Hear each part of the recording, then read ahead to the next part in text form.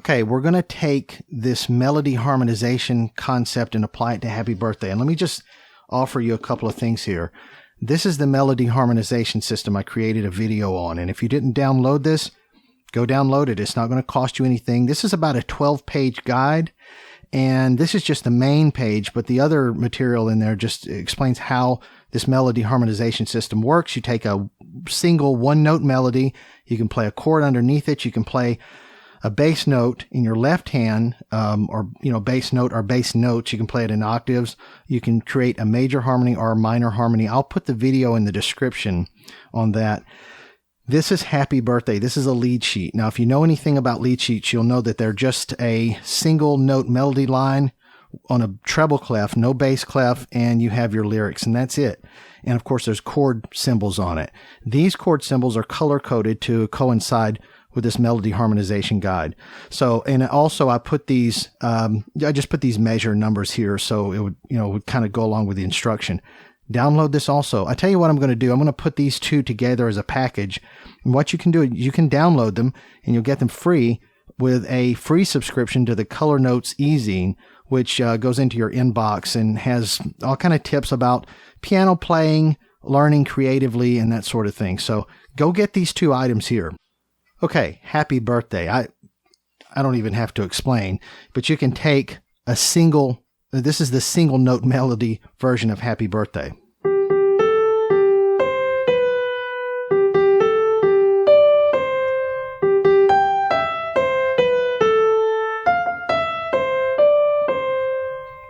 Now, you're normally taught to play the melody in your right hand and chords in your left hand, and it sounds something like this.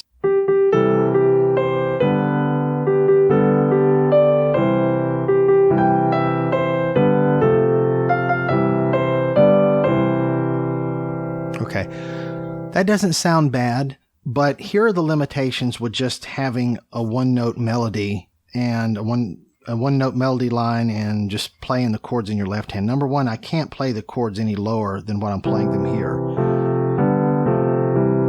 Chords sound best in this range. At least the bulk of the chords sounds best in this range because it's closest to middle C.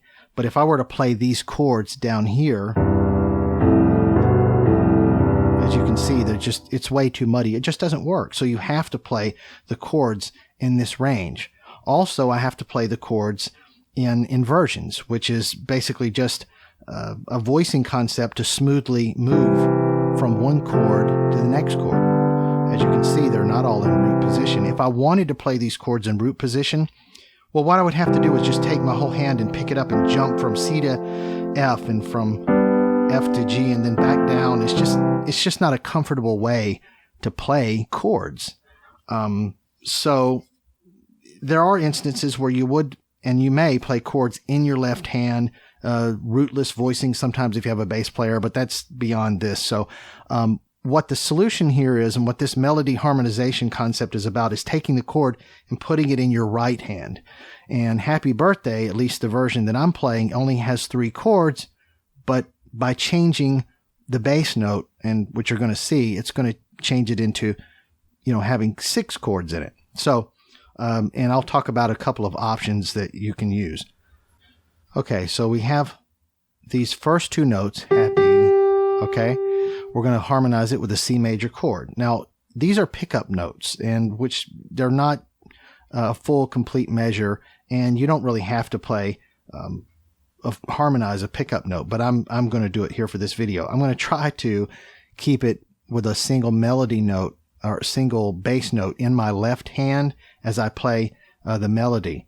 So we'll go beyond that in just a minute. So you're going to see that as I'm harmonizing the melody in my right hand, the chord does not change. Okay, the chords in my right hand are changing, but the bass note, that's the essence of the chord. So after measure 1, okay, I'm playing an F major, then C major, okay? I'm just holding the bass note down until the chord changes, okay?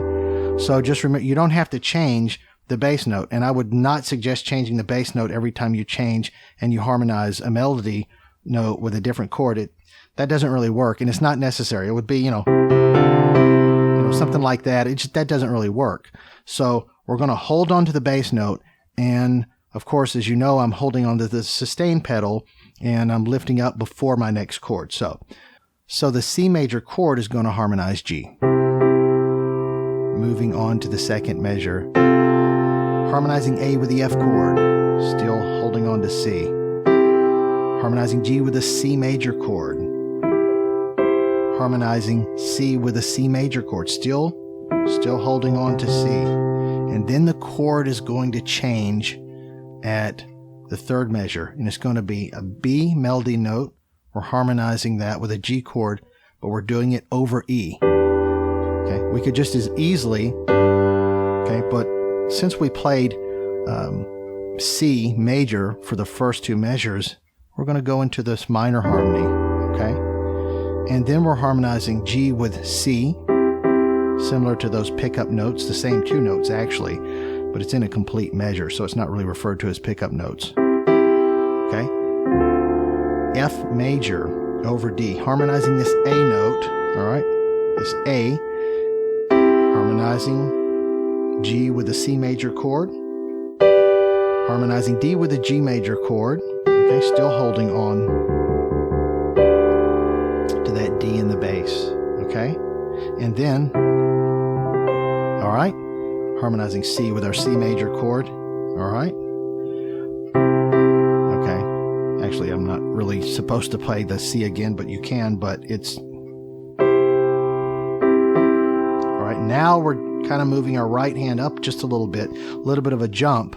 All right, we're harmonizing G with our C major chord, but we're doing it over A. All right, harmonizing E, okay, with our C major chord, harmonizing C with C major chord, okay, and then we're in measure 7, and that's G over E. So harmonizing B with a G major chord, and then harmonizing A with the F major chord. In measure 7, we have 2 chords. The rest of these chords are pretty much start at the beginning of each measure, except for measure 2, which is holding on to that C chord. Okay, and then up here, we're harmonizing F with the F major chord, still holding on to the F in the bass, okay?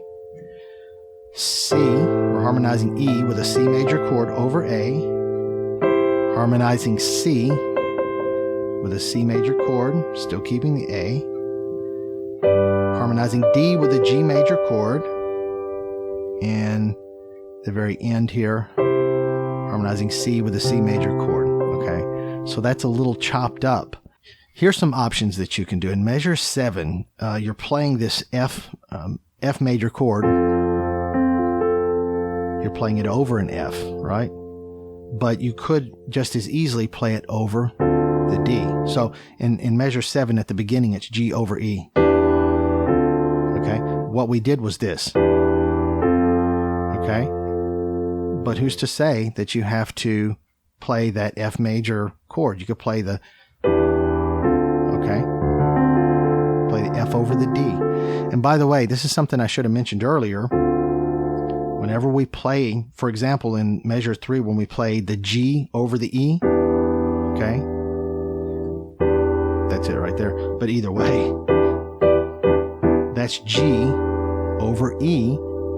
That's just, in essence, an E minor 7 chord. When I played the F over the D, it's D minor 7. And if you don't know what minor 7 chords are, don't worry about it. This is just a way to very simplistically get you to play more complex chords in the very easiest way that you can through this little notational sort of thing, which these are slash chords, but in essence they're really defining the chord whenever you put a different note in the bass. And I talked about that in the other video. So, but anyway, if you wanted to play in measure 7, after G over E, you could definitely make that a D minor 7 chord, which is just an F over a D, okay? Okay, another thing that you can do in measure 8, you can play the G over the B. So it would be, okay.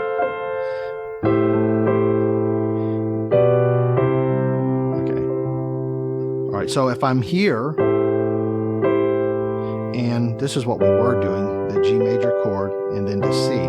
But this B, playing a G over the B, that's a leading tone. It's a half step below the C, which is where you're going. So,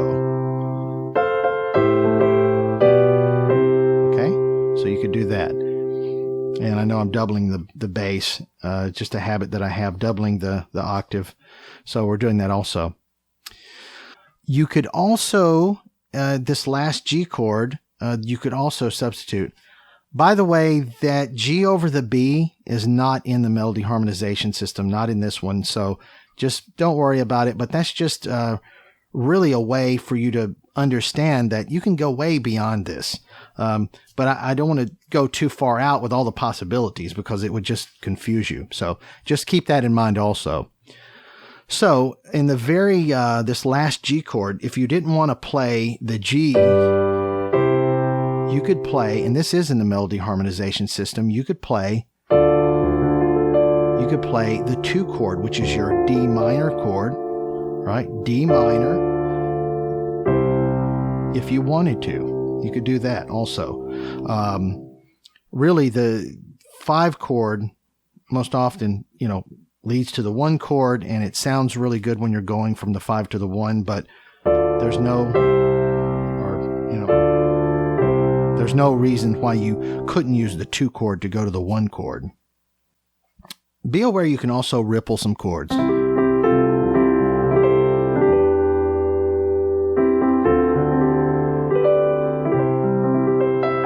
Or arpeggiate chords, that sort of thing. Just be aware that you can also do that. Don't play all of your chords real stiff. Okay, let's put it all together.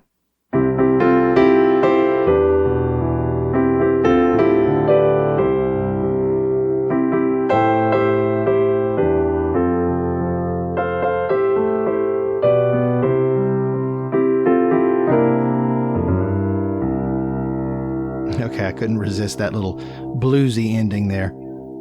Be sure to get these 2 items here. I'm going to package them together and you'll get them free. And you'll also get a free subscription to the Color Notes e-zine. There is an instructional guide for this video. It looks something like this depending upon the video that you're watching. Just click on the link in the description. It'll take you to learncolorpiano.com. My name is Greg Lee. Until next time, go play.